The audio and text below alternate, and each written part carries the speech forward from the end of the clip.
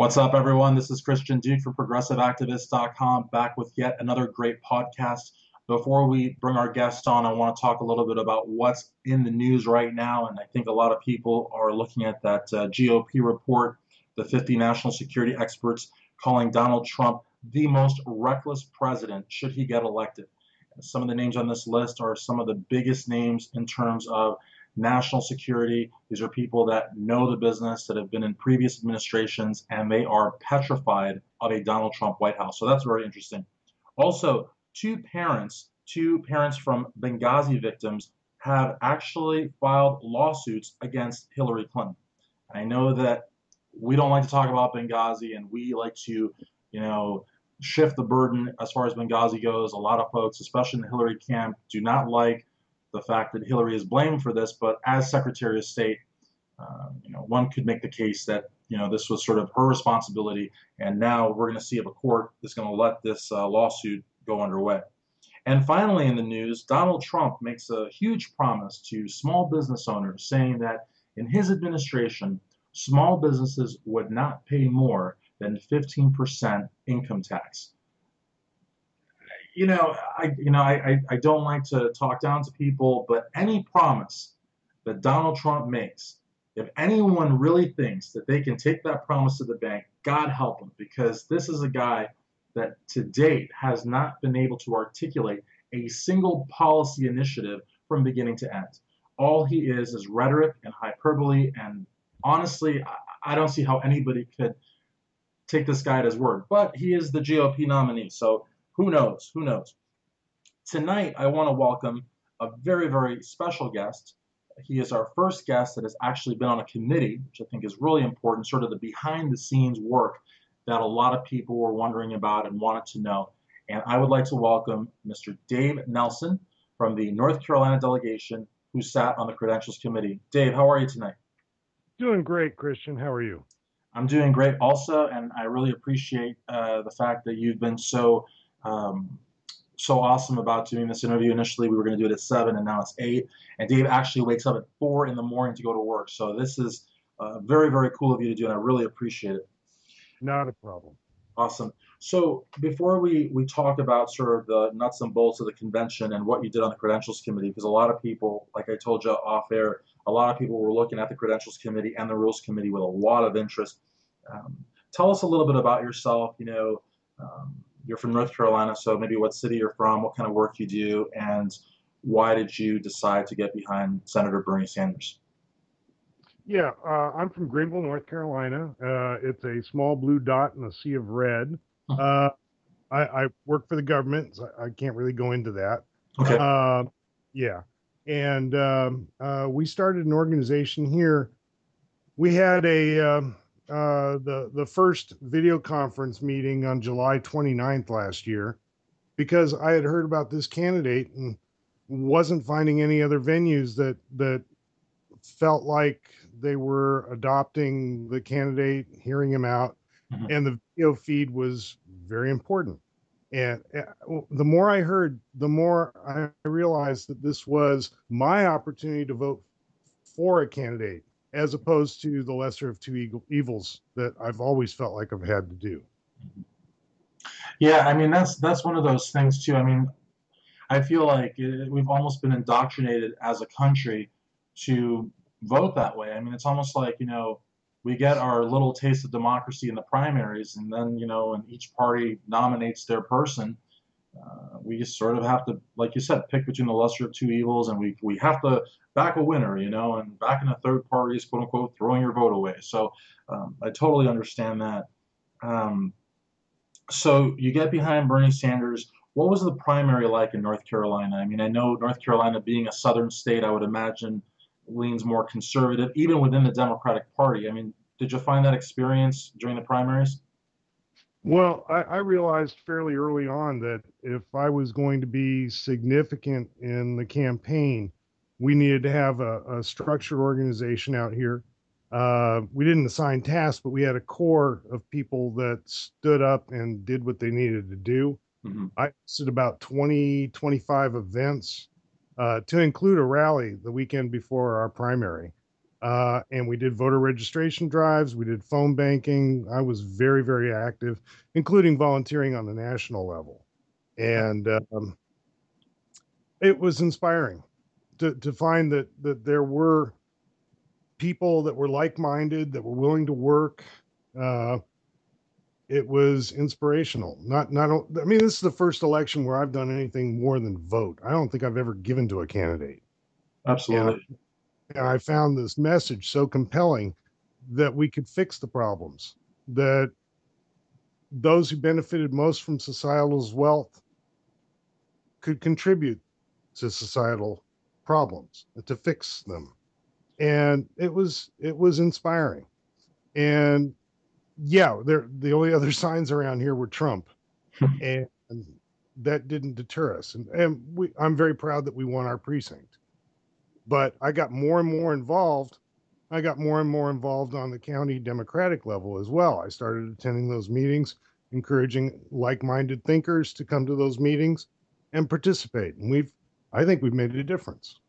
Oh, I think you really have. And I honestly think that, you know, I think that to a certain extent, there was a little bit of overlap in terms of appeal. I mean, I still scratch my head at how is it possible that Donald Trump is the Republican nominee, but, he took on the establishment. I think a lot of people saw that, and maybe overlooked the fact that he's really not that good of a candidate, but he took on the establishment, he won. With Bernie Sanders, similarly, he was up against the establishment, and I think he would have beaten just about anybody but for Clinton. I mean, that last name really, I think the Clintons have become sort of like the Kennedys of this era, and Sure. it really, I think, had he been up against anybody else, a John Kerry, an Al Gore, someone like that, he would have annihilated them. But the Clinton name is almost like a machine in and of itself. And I, Sure. I just don't think that Bernie had the ability to overcome that. Also because of the kind of campaign that he ran. He didn't run a dirty campaign. He didn't take pot shots. And so, um, but I definitely think he made a huge difference. And I think that, you know, after this quote unquote loss and Hillary being the nominee, I see that people are still so behind Bernie. And I know that, of course, the media wanted to paint it like it was all millennials and Gen Xers, but I know a lot of senior citizens and military people, government people, hippies, and just a very good cross section of the population that support Bernie Sanders. And I don't think the media wanted to paint that picture. I think they wanted to sort of make it look like stoners and people living in their parents' basement. And that's just not. I don't think Oh, that's an accurate description. Obviously, you work for the government. I'm an attorney. The guy next to us could be a surfer. I mean, just all sorts of people. And I think even in the South, where they say, oh, you've got your blue dog Democrats and more conservative type folks. Bernie really, I think, offered a pretty plausible, model to improve the country. And I think, in 2020, maybe it won't be Bernie, it might be Tulsi or Nina or someone like that. But I think this movement's going to continue on. So you were part of the credentials committee. You are part of the North Carolina delegation, but you were on the credentials committee. And there was a lot of um, there was a lot of fear, a lot of misinformation going around as far as what people could say online. Some people thought you couldn't talk about Bernie or bust or lawsuits or emails. Some people thought you couldn't be overly critical of the secretary. A lot of that wasn't the case, but what was your experience working on the credentials committee? Because I got to be honest with you, people were really scared of that committee. Like they were like yeah, just terrified that they would be decredentialed that Monday morning and just not be able to go into the Wells Fargo Center.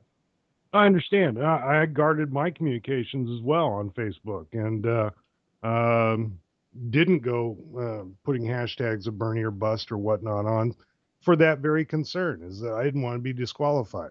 Mm-hmm. The inter the internet and Facebook in particular are very good at spreading information very, very quickly. It's Mm-hmm. not very good at vetting the quality of that information. Um, and in fact, I was even more reinforced in my concerns because I asked specifically, because our role is to vote on these challenges. Challenges needed to be put in 15 days from date of occurrence. There was a big notification process.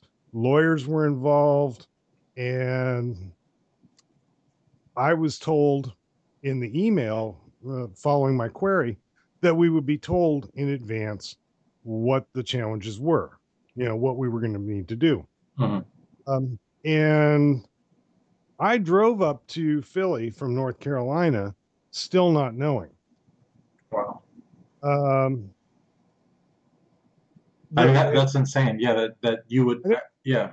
and that lack of information, yeah, there was a challenge, but it was a very specific challenge in Maine, and it was rooted primarily in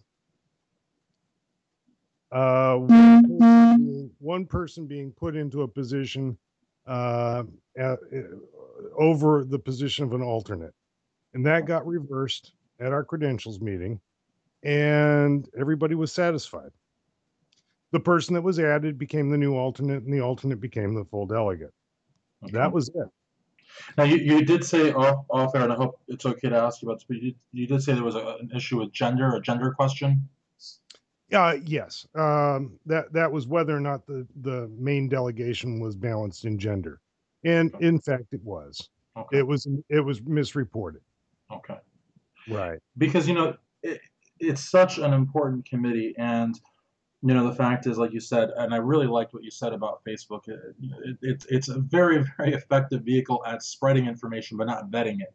And the reality of the matter is, most people that are spreading these rumors don't know if they're on foot or horseback half the time, but because they might have a big group or they might have, thousands of friends, people, give them credibility that they oftentimes really don't deserve.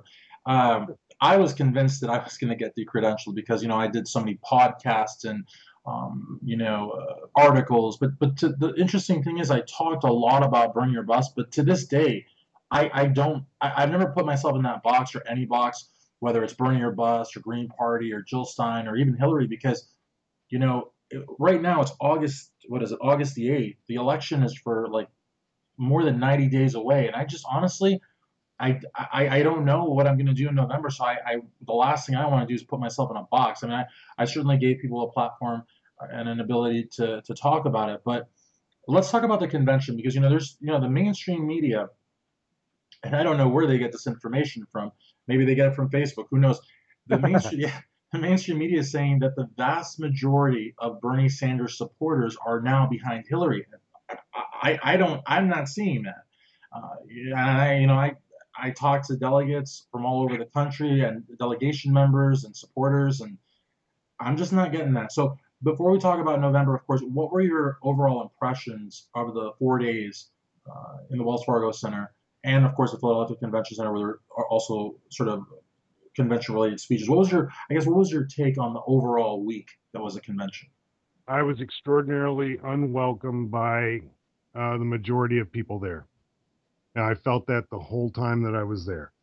Um, and for that matter, in advance of the convention, over the credentialing committee, people spoke of Hillary as a fait accompli, that's our nominee. We're going to break the glass ceiling. Yeah. Uh, it was overt. And we actually had a delegate, I believe, from Iowa. I'm sorry, a credentials committee member, um, take to the microphone and challenge, said this is inappropriate. Um, she is not the nominee. The super delegate count, they don't vote. None of us vote until Tuesday. Right. So Yeah, some of and your people stop. no, and I would have agreed and probably gotten up and clapped for that person because the reality of the matter is like the one thing that the press did that in every election prior to this one they have been adamant about not doing is they've never lumped in the super delegates before. Like now they've been doing it since they were doing it. I think even before Iowa. Like they basically Hillary looked like she was going to win no matter what. I mean, there was like I think the highest that I ever saw was I think 48 super delegates with Bernie, and there was like 500 and something with Hillary. And Right. and the reality of the matter is these people could change their minds a gajillion different times because really the only vote that mattered was the one in Philly on that Tuesday. And Right.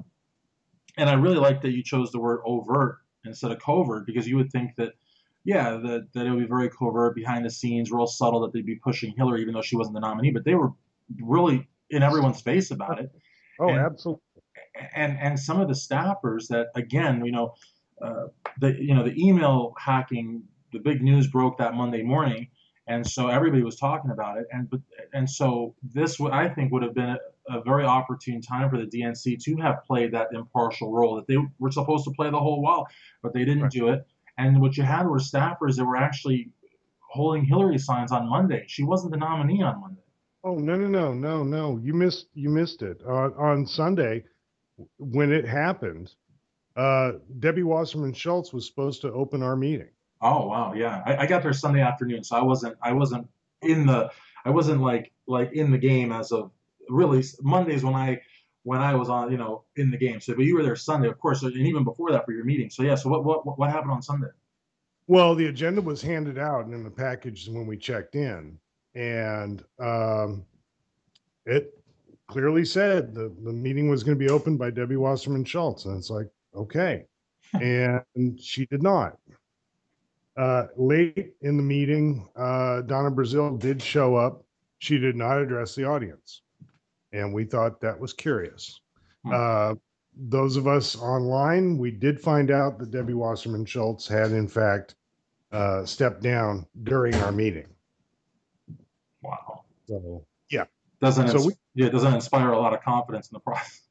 I mean, you're not a great deal, no. no, and from what I understand, the lady that replaced her was also under some scrutiny as well. I don't know if she stepped down also, but from what I understand, she was also under some scrutiny. So it was a and see, and that's sort of where I think the mainstream media and even the most ardent Hillary supporter has to concede, at least to a certain extent, that we weren't really paranoid during the primary. We had a legitimate reason for concern, and there's actually hard evidence now. Now I don't condone it, and I know you don't condone the hacking of these emails, but the reality is they were hacked, and this information is now available to the public, and it implicates a lot of high-ranking Democratic leaders in essentially rigging a primary against Bernie Sanders. And so, I mean, at this Yeah. point, yeah, and at this point, a lot of people are saying, well, can we hold them accountable? Well, of course we can hold them accountable. There's not going to be a revote. We're not going to be able to like redo everything, but at the very least, I would hope that they would acknowledge it. And I didn't get that feeling at the convention. I felt a lot of people felt kind of like the poor relations of the party. Like we were clearly not on the same level as the Hillary people. Right. And for being 46% of the pledged delegates, uh, I felt like we were treated like we were the marginal fringe 5% that somehow managed to sneak in. Yeah. And um, that was pervasive. Now I was up on the 200 level, Hmm. not floor, on Monday night. But of course, I attended the Bernie delegation meeting during the day. I was pretty emotional and pretty sensitive, um, and I don't know, perhaps more aware because I'd already been exposed to it for 2 days. Uh, that we were going to break the glass ceiling and nominate the first woman, and it Yeah. was accompli. I mean, Uh, and the thing too, I mean, like I work a lot with Charlie Grabsky. He's a political theorist, and we've done some stuff together. And one of the things he says is that delegates, essentially, at this convention and conventions like it, are basically stage props. I mean, and that's really what we were. I mean, they didn't give us an opportunity to make objections or raise motions or anything like that. But you, being on a committee, you actually got to see a lot more behind the scenes stuff than the delegates did. So I think by the time the convention started and we started to get into the convention center, like you sort of alluded to earlier, you were already privy to what was going on. So it must have been, even more difficult for you. And one of the things, there was a minister, I don't remember what day it was, but it was at the Philadelphia Convention Center. I think Rosario Dawson and Nina Turner had spoken, and he was part of a panel. And he said, and he was real careful how to say it, because of course we don't want to offend soldiers or anything like that. But he said the same way that military personnel suffer from PTSD, a lot of the people that attended the convention were going to feel some sort of post-traumatic something after the week after and the months after because of the fact of how we were treated and the fact that a lot of us went to Philadelphia, committee members, delegates, supporters, protesters went to Philadelphia. I whether I don't know if it was naive or whether it was idealistic, but just with one tiny little hope that we could still save the process, like still make things right. Like somehow Bernie could still somehow walk out of that center with the nomination.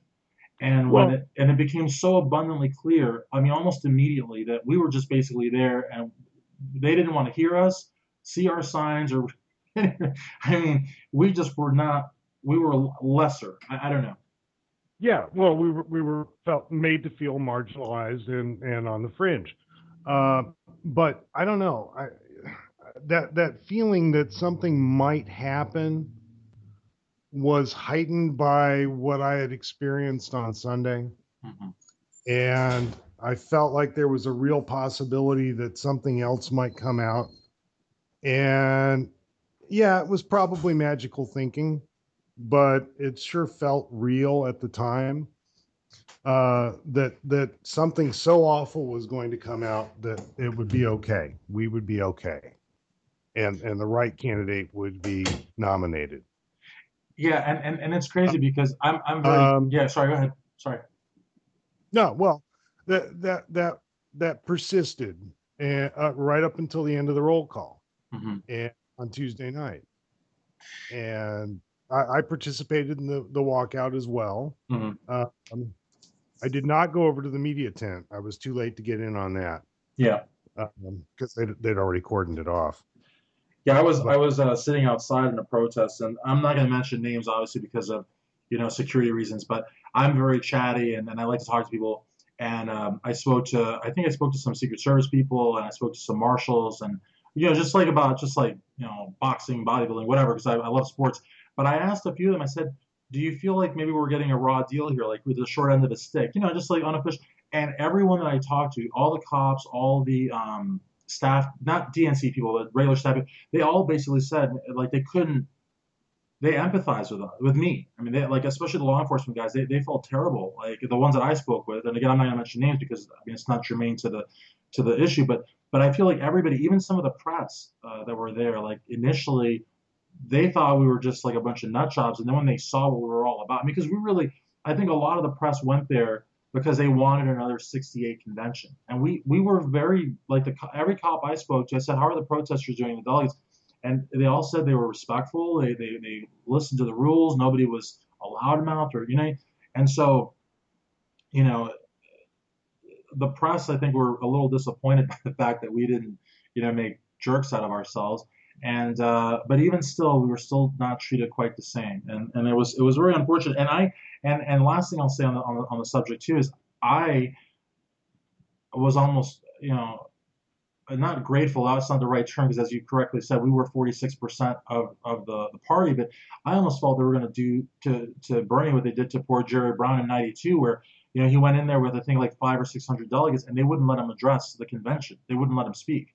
And I'm glad they let Bernie speak. They put him at the very end of the night. But for a second, I didn't even think they were going to let him speak. I mean, that's right, the how end of the night, the end of the night is the prize position, yeah. and there were clearly there were behind the scenes compromises, Oh, sure. uh, Yeah. uh, moves to placate, and uh, all the way back to the platform. And to put it in terms beyond the convention, uh, if you're not a Bernie or bust, if you're not Jill before Hill, if you're still with the revolution, Yeah. and I consider myself very strongly still with the political revolution, Hmm. Me too. hold hold their feet to the fire, vote for your conscience as far as president goes, or don't vote at all for president, Hmm. but vote for the candidates that concur with the platform, that are willing to stand up and start making positive changes in this country. Yeah, because I mean that's the same spot that I'm at, and I've always, and I think possibly we share this. I sense that you're a patriotic guy too, even though the Republicans will have the country believe that they have cornered the market on being a patriot, but nonetheless, I've always seen voting as a civic duty and as a sacred right, and I would never, uh, unless there was some unforeseen situation, I would never skip an election or not vote. But the reality of the matter is that we were snubbed by the Hillary Clinton campaign. I mean, even the selection of Tim Kaine, which I'd love to hear your thoughts on that. I think she could have done so much better. And knowing that, uniting the party was such an important goal of hers, she could have really made things right. And I don't even mean pick Tulsi or Nina or even Bernie, but someone that was at least somewhat attractive to progressives and liberals. Instead, she picks this middle of the road guy who just 2 days before the convention was still supporting the TPP. I just thought she really dropped the ball on that. Well, what she's doing is very smart in the position that she's in. There's this rogue Republican candidate where she can get more Republicans coming to her than she can us progressives. Yeah, that's true. I mean, even the Koch brothers are talking about supporting her over Trump. So, it's crazy, and it seems like on a daily basis. And you just hit the nail like perfectly on the head. Every day there seems to be a new either Republican fundraiser or Republican strategist or whatever. They're coming to her side. So, it's really pretty shocking. So, um, am I on the ball to assume that you don't know yet what you're going to be doing for November? Because that's sort of like the final area of our Well, podcast, I suppose. And that's whenever I would talk to the press, that seemed to be like the only thing they cared about, and oh, I again, know. I sorry to disappoint them, but I wasn't sure at the convention. And I'm even less sure now. Right. And yeah, my intention was to not even go on Thursday night. I didn't Mm. wear any Bernie gear. Um, I'd been through the ringer and I didn't need to go through it anymore. The only reason I came was because we had the get together at the Xfinity Center afterwards, Yeah, I was there. It was really cool. and that was very moving. And I don't cry in front of strangers, much less hug them and cry on their shoulder. But that's where I was on Wednesday and Thursday. That it wasn't for the loss of Bernie; it was for the loss of momentum with the movement. That there are things that are simply right and there are things that are simply wrong. And we're pursuing wrong things and we should be pursuing right things. And I mourn that for the country. Um, where I stand for November, I don't know yet. Okay. We just found out this week, within the last 7 days, that Jill is even an option for write-in. Mhm. That wasn't clarified until within the last 7 days. Um, Yeah, just to interject real quickly, I didn't even know that was possible because I was thinking if I vote for Jill, I'm gonna have to switch parties, and that's not something that I'm considering doing because I want to vote no matter what down ticket for Senate and Congress. So that's not something I'm willing to do. But if you can write her in, then I got to be honest with you, that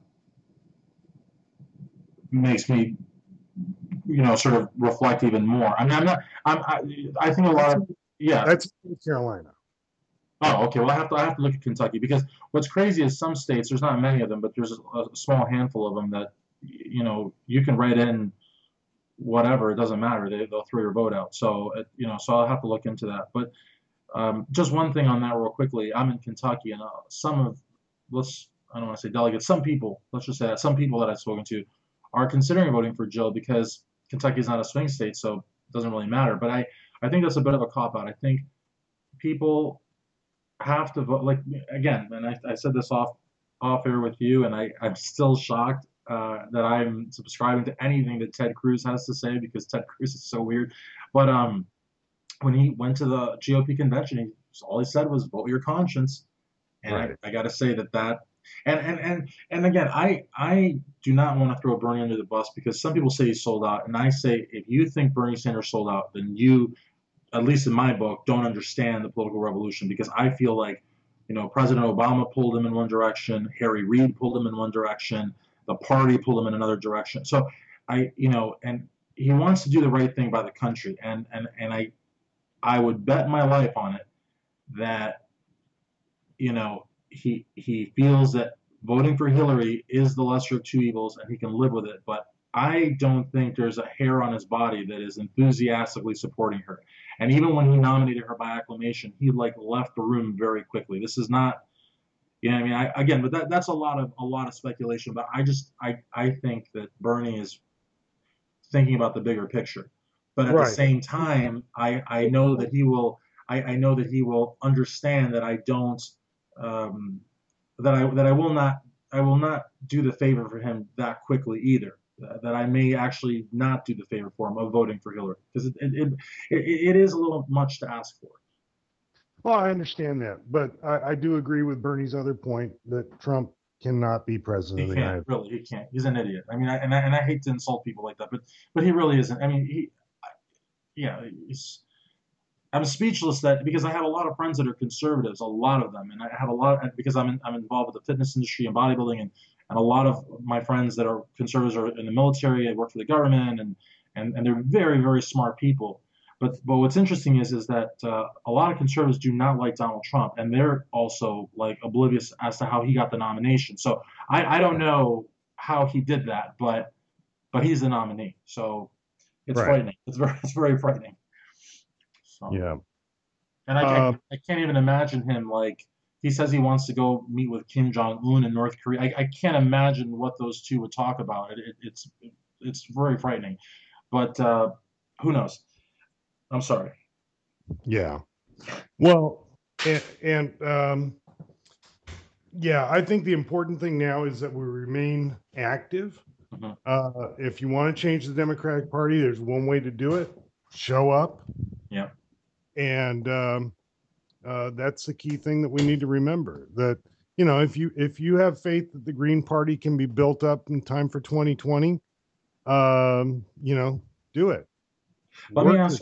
Let me ask you one quick question, and this will be my last quick question because there's none of my questions have been quick, and I know that you're pressed for time. How would you describe the Green Party in terms of organization and in terms of grassroots? In other words, how would you describe the Green Party's grassroots type operation in North Carolina? Just out of curiosity. I think you already know the answer. They do not have a national organization. Yeah. They come out every 4 years and put up a candidate. I read somewhere, can't attribute the source, that they've only had five victorious campaigns, and that's all at the state legislature level. Hmm. And you don't go from having five out of, I have no idea how many state legislators there Yeah. are. Yeah.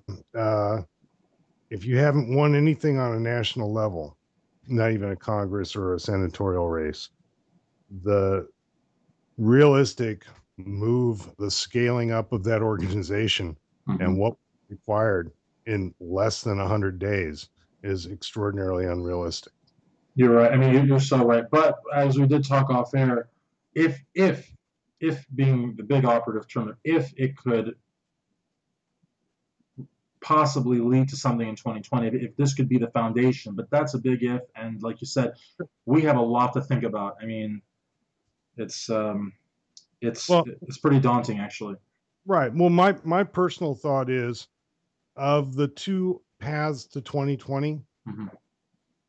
if we mobilize the progressive wing of the Democratic Party to take over the Democratic Party, then we have the full gamut, the full Yeah, resources of the Democratic Party that can be brought to bear. absolutely.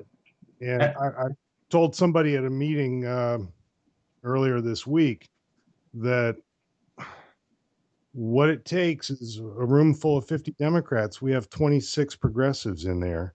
mhm. Take it over. Yeah, and like you said various times during this podcast. I mean, we had 46%. I mean, what we need to be a majority is